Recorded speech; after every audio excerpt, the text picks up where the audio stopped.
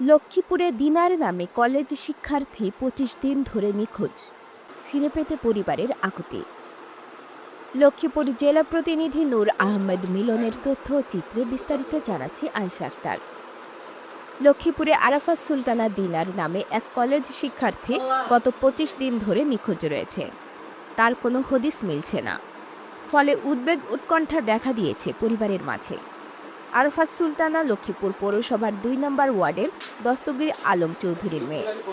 তবে পরিবারের সাথে নানার বাড়ি পৌর ৪ নম্বর ওয়ার্ডের মমতাজ ভিলায় বসবাস করতেন তিনি লক্ষ্মীপুর সরকারি কলেজের স্নাতকোত্তর শিক্ষার্থী ছিলেন।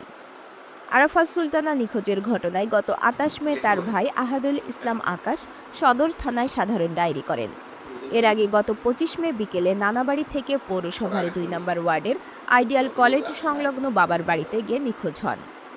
২৫ দিনেও তার কোনো সন্ধান না পেয়ে দিশেহারা হয়ে পড়েছে তার মা হোসনে আক্তার পারভিন ও নানি মমতাজ বেগম সহ পরিবারের সদস্যরা।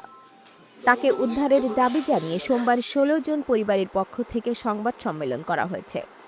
আরাফাত সুলতানা দিনার মা পারভিন কান্নায় জড়িত কণ্ঠে বলেন, আমার মেয়ে কোথায় আছে আমরা জানি না, এত দিন হয়ে গেল তাকে উদ্ধার করা যায়নি।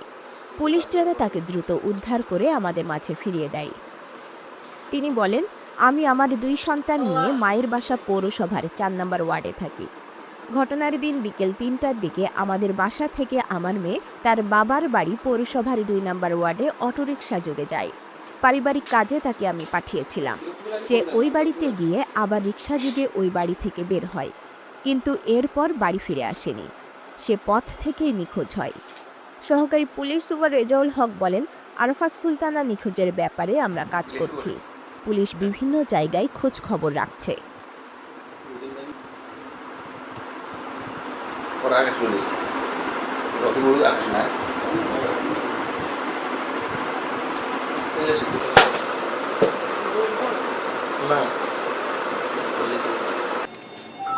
আরেকবার দেখুন দয়া করলে ইয়ে করবো